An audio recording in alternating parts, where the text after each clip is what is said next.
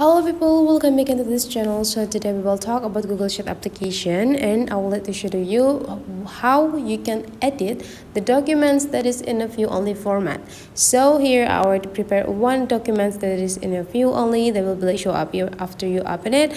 But then if you are still confused what format of this document, you just need to go click this three small dot on the top right corner, and right after the title there will be like a format information about these documents.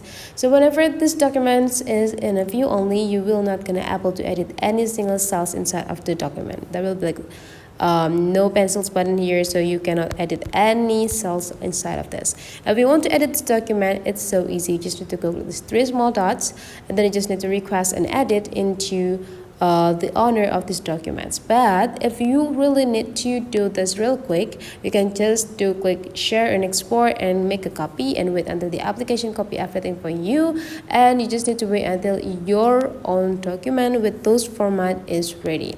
Whenever those document is ready, you just need to go find which sheets that you want to take here, and then you just need to go click the cells, and there will be shown here the pencil button, and then you just need to go click it and change the information inside of this.